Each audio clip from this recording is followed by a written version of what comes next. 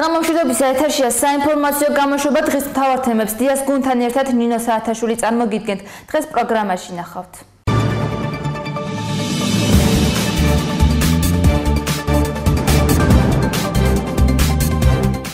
უახლოეს დღეებში სინოპტიკოსები ამინდის გაუარესებას ვარაუდობენ, რა სიტყვენ სტიქიის ზონაში მაცხოვრებლები და რამდენად მზად არიან ძლიერი წვიმების შემთხვევაში შესაბამისი სამსახურები. მთელი თვეები არ დავარდნილა 30-ზე დავდა. კი, უცბად დავარდა.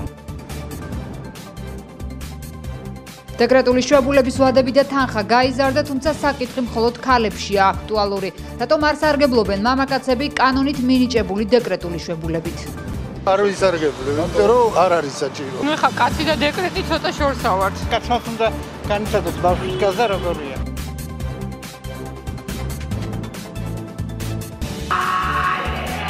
თუმანიშვილის თეატრი გორში გაცოცხლებული ვეფხი და მოყმე ერისთავის თეატრის სცენაზე.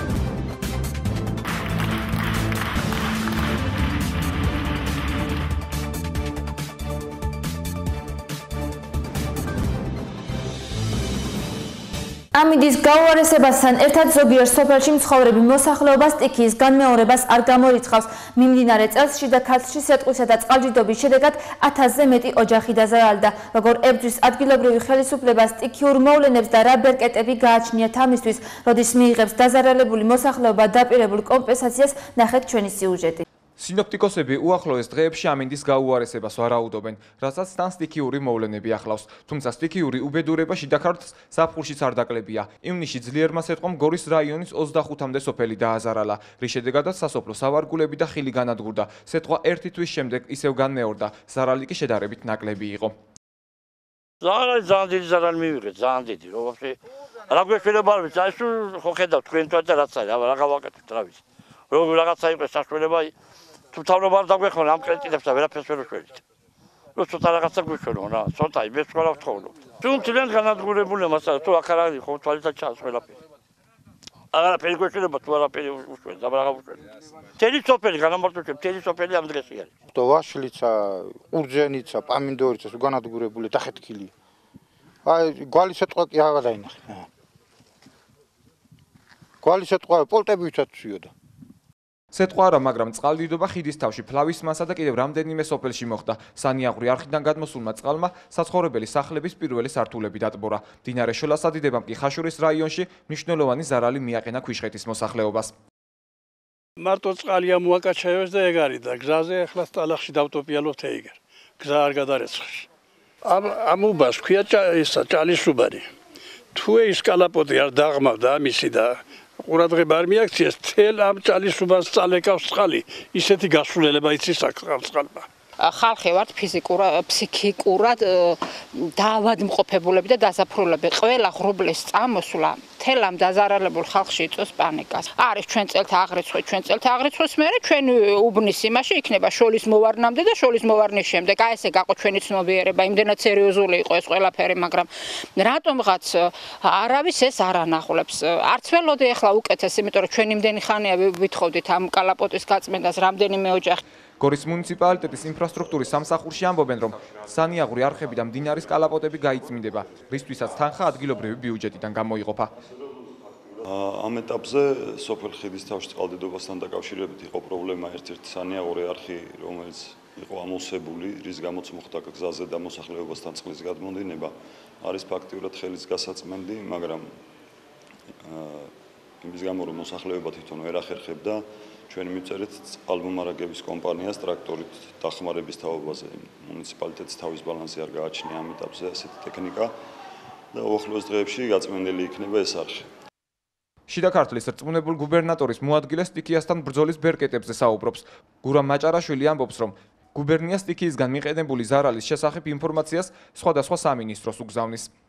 სამწუხაროდ პრევენციულ ზომებს ვერ მივიღებთ ახლა სტიქიურ მოვლენებთან დაკავშირებით, მაგრამ მას შემდეგ რაც მოხდება ეს ფაქტები, სამაშველო სამსახური არსებობს, ის აღჭურვილია შესაბამისი სპეცტექნიკით და ხდება ახლა თქვენ ალბათ კადრებშიც ნახავთ, რომ ხდება მობილიზება ამ სამსახურის და მაქსიმალურად ეხმარებიან მოსახლეობას, თქვათ იქ წყლის ამოტომობა იქნება თუ ნებისმიერი სხვა რაიმე საგნის გადარჩენა თუ რამეა შესაძლებელი.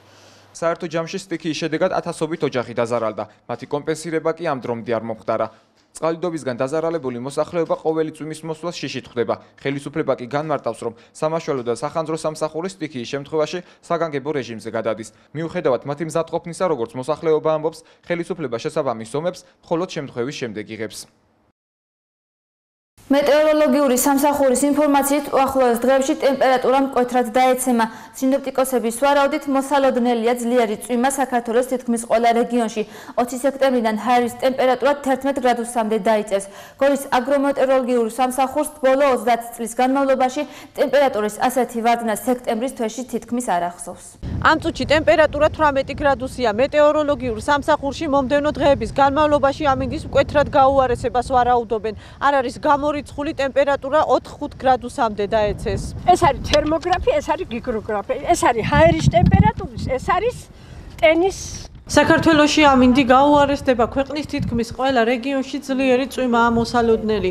ამის შესახებ ინფორმაციას მეტეოროლოგიურ სამსახურში ავრცელებენ. უახლოეს დღეებში ტემპერატურა მკვეთრად დაეცემა. 20 სექტემბრიდან ტემპერატურა 11 გრადუსამდე დაიწევს. გორის აგრომეტეოროლოგიურ სამსახურში ამბობენ, რომ ბოლო 30 წლის განმავლობაში ტემპერატურის ასეთი ვარდნა სექტემბერში თითქმის არ ახსოვთ. ამ წუთში ტემპერატურა არის 18 და 2. ქარის სიჩქარე არის სამხრეთ აღმოსავლეთით 15 მეტრი წამში. დაიკლო ტემპერატურამ აცივდა 16-ში თუ იყო 19 და 9, ახლა გვაქვს 18 და 2 და სხვაობა არის 1 გრადუსი და 7/10. ჩემი მუშაობის პერიოდში ოქტომბრის ბოლოს მოვიდა თოვლი. მახსოვს ძალიან კარგად. შემოდგომა რომ გაუარესდება, ახლა ზაფხული ქონდა ძალიან ცხელი, ისეთი ცხელი, რომ ჩემი მუშაობის პერიოდში არ მახსოვს, კი მახსოვს 35 გრადუსები, მაგრამ თუ ესე ქონდა 1-2 დღე ხოლმე. მერე ახლა მთელი თვეები არ დავარდნილა 30-ზე დაბლა. უცბად დავარდა. კი, უცბად დავარდა.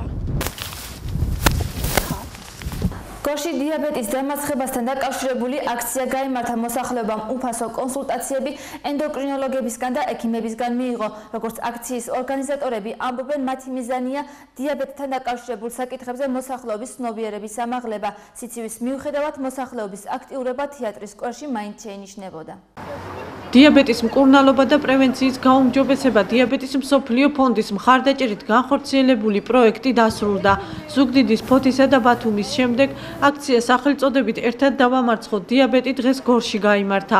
აქციის ფარგლებში მოქალაქეებს საშუალება ჰქონდათ უფასოდ ჩაეტარებინათ დიაბეტის ანალიზი და მიეღოთ საჭირო რჩევები ექიმებისგან.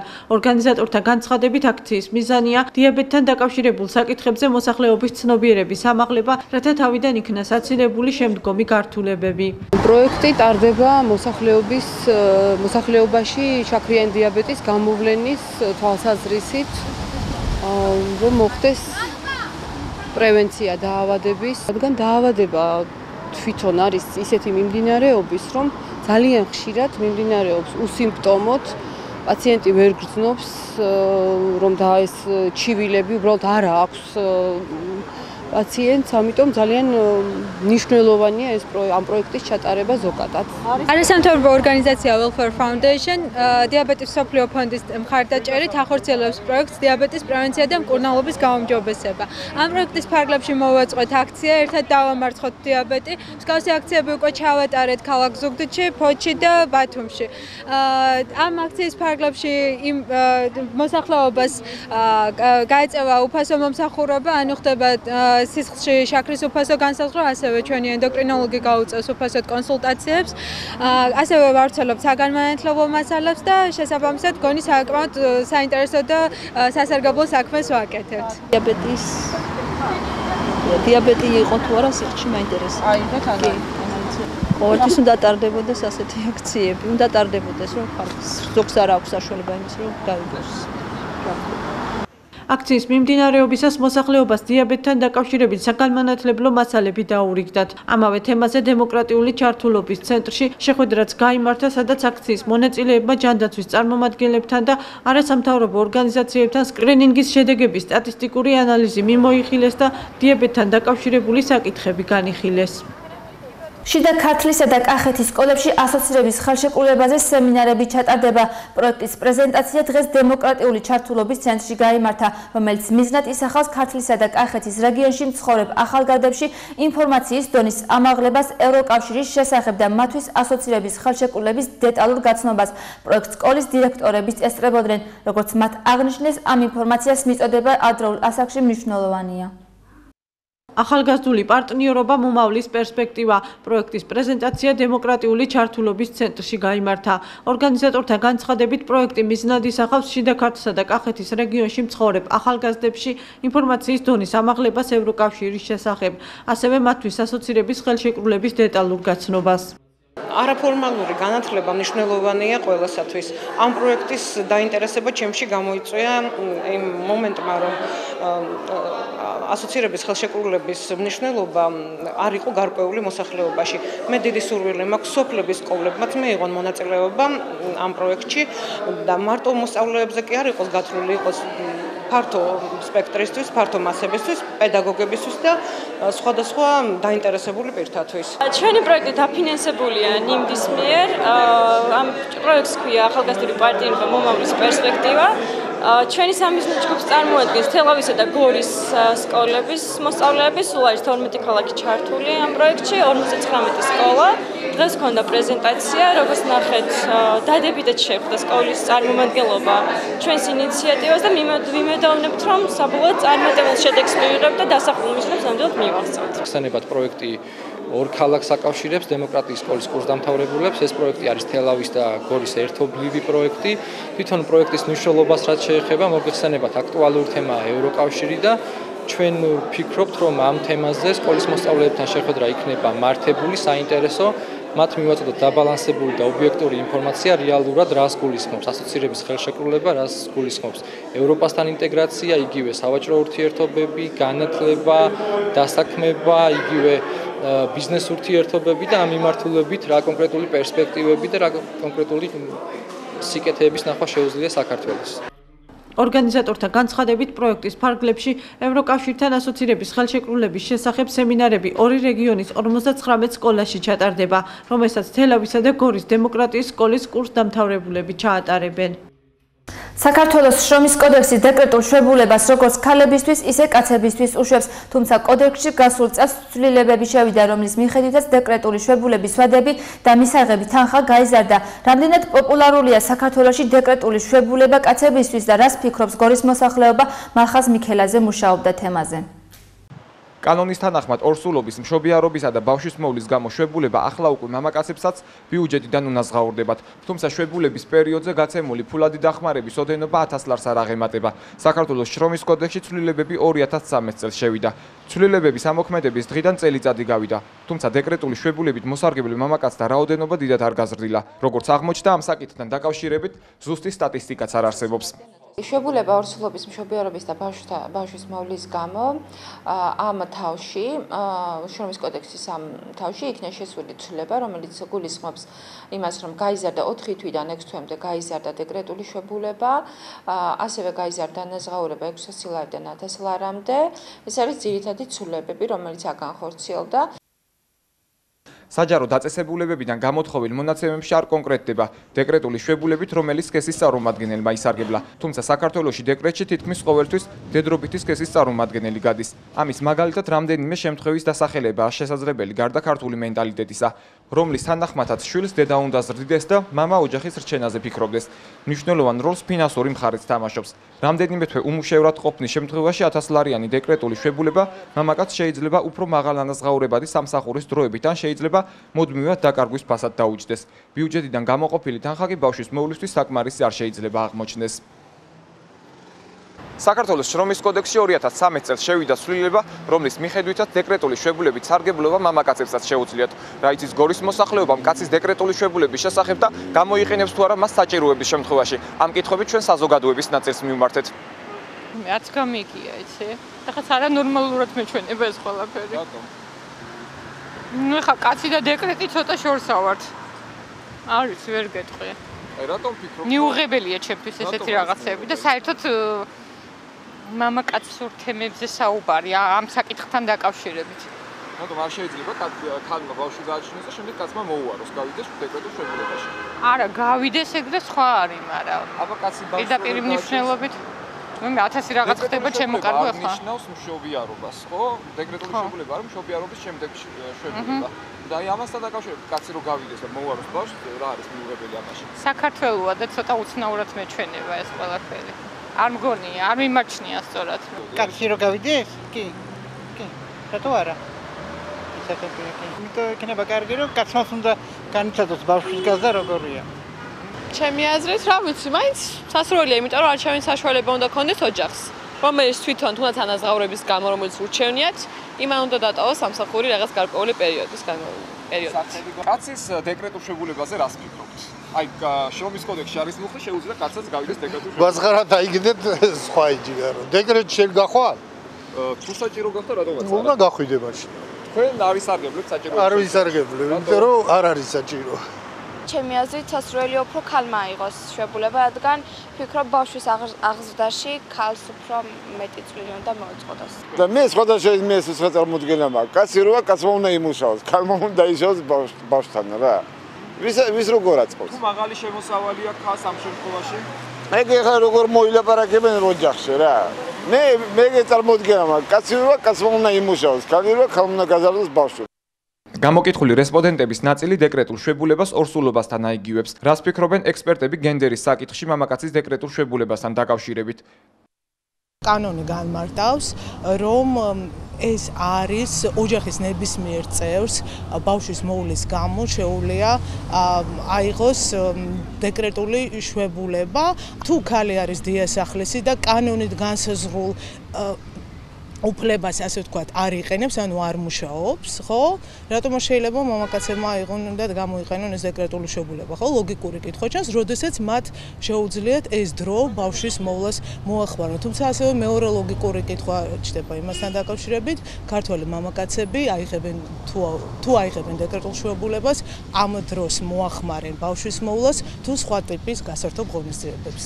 ლობირებდით შვედურ მაგალითს, როდესაც კანონმდებლობაში, როდესაც სავალდებულო ხდება დეკრეტული შეებულების აღება გარკვეული პერიოდის განმავლობაში, როგორც დედისთვის, ისე მამისთვის. ხო, ეს არის ასე. მაგრამ ხშირად დედები უფრო სარგებლობენ სადაც. იქ არის სავალდებულო ზუსტად აი შვედეთში და ეს არის ძალიან კარგი მაგალითი, რომ მამას და დედას უწევს ბავშვთან სავალდებულოდ ყოფნა, ესე იგი ეს რაღაც ოჯახის ჰარმონიას უწყობს ხელს. ჩვენ შემთხვევაში არის ძალიან ცოტა მაგალითი და ჩვენი კანონმდებლობით ერთ-ერთმა მშობელმა შეუძლია მზრუნველმა აიღოს დეკრეტული შეებულება და ძალიან ცოტა თითზე ჩამოსათვლილი მაგალითები 2-3, როდესაც კაცმა აიღო დეკრეტული შეებულება. დია შეეცადა დეკრეტულ შეებულებაზე გორში ადგილობრივი ხელისუფლების წარმომადგენლების აზრიც მოესმინა, თუმცა მათ საკითხი არასერიოზულად მიიღეს. აქედან გამომდინარე საზოგადოება თვლის, რომ მათი ასეთი დამოკიდებულება სქესის მიხედვით დისკრიმინაციის ერთ-ერთი გამოვლინებაა. პირველი ქვეყანა, რომელმაც მამებს დეკრეტული შეებულების გამოყენების საშუალება ჯერ კიდევ გასული საუკუნის 90-იან წლებში მისცა, ნორვეგია გახლდათ. მოგვიანებით იგივე კანონი დიდმა ბრიტანეთმა მიიღო. ანაზღაურებადი დეკრეტული შეებულების აღება ორივე მშობელს ერთი წლის ვადით ერთდროულად შეეძლოთ. გერმანიაში კი ყველაფერი კარიერული დანაკარგის გარეშე ხდებოდა. მამაკაცის შეებულების შემდეგ სამსახურში იგივე თანამდებობაზე ბრუნდებოდა. შვედებმა კანონის პოპულარიზაციის მიზნით ამ თემაზე სერიალები გადაიღეს. შედეგად მამაკაცების 16%-ის მხრიდან დეკრეტულ შეებულებით სარგებლობაზე მზაობა მიიღეს. გენდერის საკითხებში მომუშავე ექსპერტები თვლიან, რომ კანონის პოპულარიზაციაში მთავარი როლი ხელისუფლებამ უნდა ითამაშოს, თუმცა ხელისუფლებისთვის ამ ეტაპზე პრიორიტეტად სხვა საკითხები განიხილება. მშვიდობის ფესტივალის ფარგლებში ერისთავის თეატრმა თუმანიშვილის დასის სპექტაკლს უმასპინძლა. მსახიობებმა ბალადა, ვეფხისა და მოყმისა განასახიერეს. გორელი მაყურებლებისთვის სპექტაკლის გმირების მიერ შესრულებული როლები საკმაოდ ემოციური აღმოჩნდა. ემოციების დატვირთულებმა დატოვეს გორი თუმანიშვილის თეატრის მსახიობებმაც.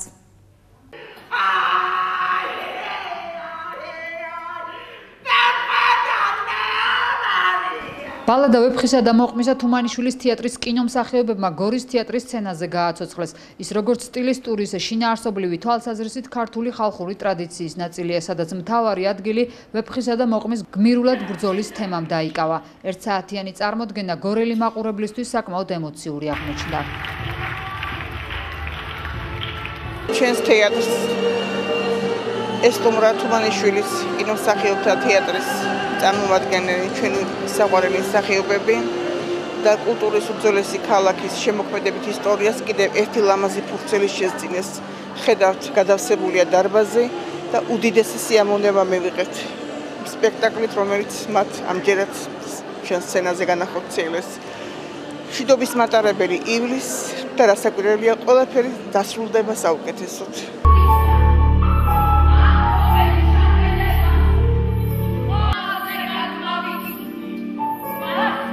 რეჟისორმა დადგმაში ვეფხვისა და მოყმის გმირული ორთაბრძოლა და დედების თანაგრძნობა სრულად ასახა. გიორგი სიხარულიძე თუმანიშვილის თეატრის დასთან სპექტაკლზე რამდენიმე თვის განმავლობაში მუშაობდა. საოცარი აქცია ტარდება მშვიდობისათვის და მე მოხარული ვარ, რომ ესე მოისურვეს გენიალური შედევრი ქართული ხელთუქმნელი ძეგლი ქართული პოეზიის ვეფხვი და მოყმის ბალადაზე დადგმული სპექტაკლი აირჩა, რომ ამით გაგვეხსნა ეს ფესტივალი. ეს არის განხორციელებული თუმანიშვილის თეატრში შესანიშნავ მსახიობებთან, ქალბატონი მზიას მეთაურობით, რომელიც ამავდროულად იდეის ავტორი გახლავთ, იმისა, რომ ეს სპექტაკლი, ეს პროექტი განხორციელებულიყო. მოხარული ვარ, რომ ესეთი ხალხმრავალი პუბლიკა გვყავდა, შესანიშნავი მაყურებელი გორში და ვერთდებით ამ აქციას, ბედნიერები ვართ, რომ მონაწილეობ. ძალიან კარგია, იცით, რომ თბილისიდან ჩამოვიდეს კიდევ სხვა თეატრები და წარმოადგენენ აქ სპექტაკლები და ყველა რაიონში გაიცნო სხვა თბილისის სხვადასხვა თეატრის სპექტაკლები. ძალიან მაყურებელი არაჩვეულებრივი, აი ძალიან კმაყოფილები ვართ, ყველანაირად ემოციებით, ყველაფრით დატვირთული.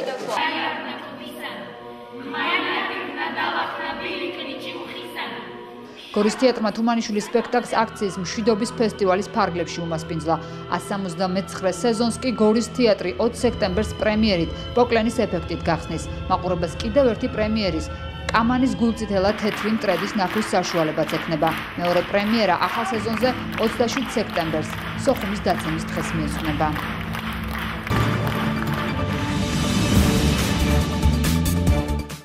ეს იყო ჩემს ხელთ არსებული ბოლო ინფორმაცია, მე ხვალამდე გემშვიდობებით, ნახვამდის.